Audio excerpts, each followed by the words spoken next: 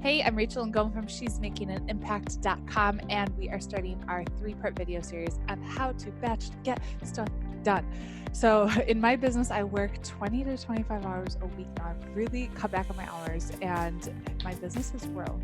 So this works. I'm really excited to share with you one of my biggest secrets, which is batching.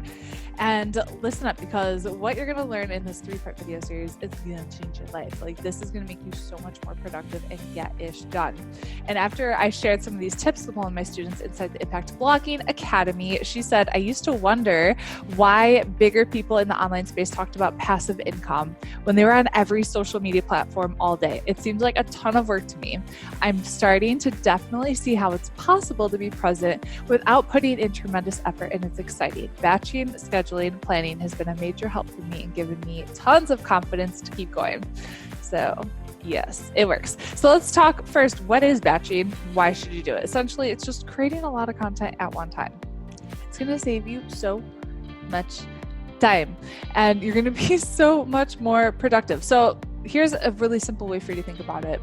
If you love brownies, who doesn't? And you want to have a brownie every night after dinner, let's say, wouldn't it be so much easier and faster and more effective to just make one batch on Monday and then you can have a brownie every day for the rest of the week instead of actually going in and making one brownie per day? That's exactly what we're going to do. So what you're going to do when you're batching your content is you're spending a little bit more time on one task that day, but then you get that task is done for 1 week, 2 weeks. You could do like a month of batching at a time or more.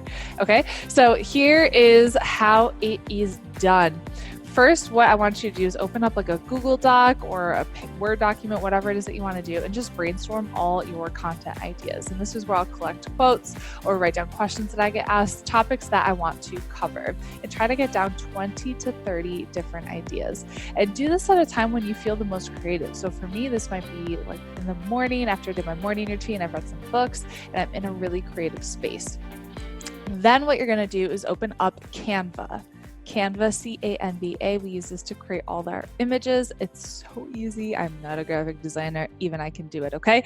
So open up Canva and make an image that corresponds to that topic. So it could just have a little bit of text on it, and then hit duplicate and make 25 images for each of your topics.